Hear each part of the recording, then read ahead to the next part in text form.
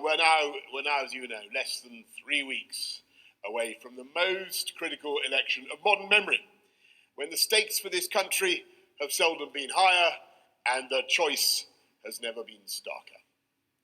Because in the last few days, we've heard from every other party, haven't we?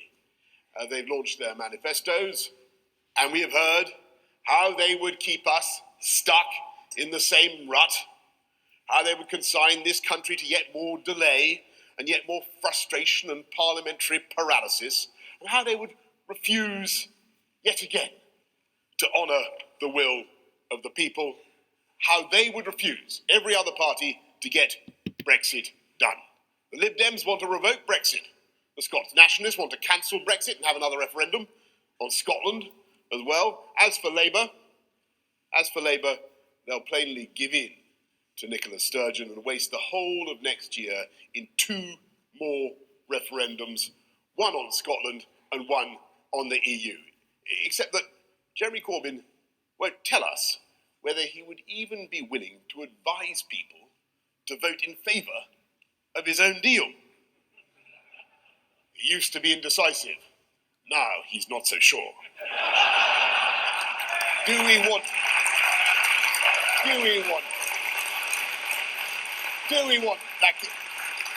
that kind of leadership, my friends? Do we want more delay? Do we want more dither and drift and deadlock and division? Do we want 2020 to be another year of defeatism and despair? No, we don't. We want to move forward because this country has an incredible future. And here it is, I believe, as at least the partial blueprint for that future. Here is the route map to take us forward. Because unlike any other party standing at this election, we're going to get Brexit done.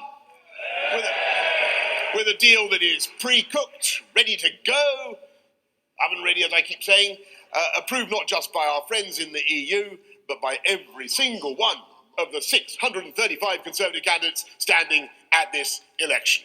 A deal that will allow us to deliver absolutely all the opportunities of Brexit, from free ports to free trade to cutting VAT on sanitary products, improving the welfare of animals.